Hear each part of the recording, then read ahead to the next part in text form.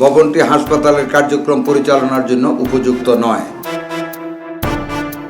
রাজধানী মগবাজার আদ্দিন হাসপাতালে একসঙ্গে 6 নবজাতকের মৃত্যুর ঘটনায় হাসপাতালের কর্তৃপক্ষের দায় পাওয়ার কথা জানিয়েছে স্বাস্থ্য মন্ত্রণালয়। তদন্ত প্রতিবেদনের দায়িত্বে অবহেলা ও ব্যবস্থাপনাগত ত্রুটির প্রমাণ মিলেছে বলে জানিয়েছে স্বাস্থ্যমন্ত্রী সরদার মোহাম্মদ সাখাওয়াত হোসেন।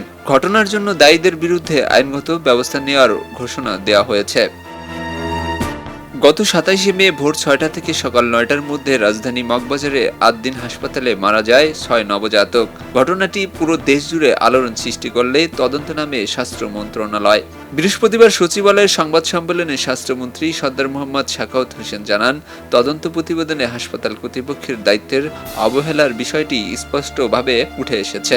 উক্ত হাসপাতালে বর্ণিত সময় দায়িত্বরত চিকিৎসক না থাকা ও নার্স স্টাফ এবং সর্বোপরি হাসপাতাল কর্তৃপক্ষের দায়িত্বের অবহেলাজনিত বিষয়টি স্পষ্টভাবে প্রমাণিত হয়েছে। তদন্তে দেখা গেছে হাসপাতাল ভবনটির আধুনিক হাসপাতাল পরিচালনার জন্য পুরোপুরি উপযোগী নয়। বিশেষ করে পোস্ট অপারেটিভ ওয়ার্ড নম্বর 2 এর দীর্ঘ সময় শীততাপ নিয়ন্ত্রণ ব্যবস্থা বন্ধ ছিল বলে ধারণা পেয়েছে তদন্ত কমিটি। কক্ষটিতে দীর্ঘ সময় এসি বন্ধ থাকায় এবং স্বাভাবিক ভেন্টিলেশন কার্যক্রম না থাকায় প্রয়োজনীয় অক্সিজেনের মাত্রার ঘাটতি হয়েছে ও পক্ষান্তরে কার্বন ডাই অক্সাইডের পরিমাণ স্বাভাবিকের চেয়ে বেশি ছিল। এছাড়াও দায়িত্বরত সেবিকা, পরিচ্ছন্ন কর্মী এবং মৃত নবজাতকদের অভিভাবকদের সঙ্গে কথা বলে তদন্ত কমিটি সেবিকাদের দায়িত্বের চরম অবহেলা ও অসহযোগিতার অভিযোগের সত্যতাও পেয়েছে। এখন দায়ীদের বিরুদ্ধে কি ধরনের আইনগত ব্যবস্থা নেওয়া হয় সেদিকে নজর সংশ্লিষ্টদের। এস আলী দুর্জয়, খবরের কাগজ।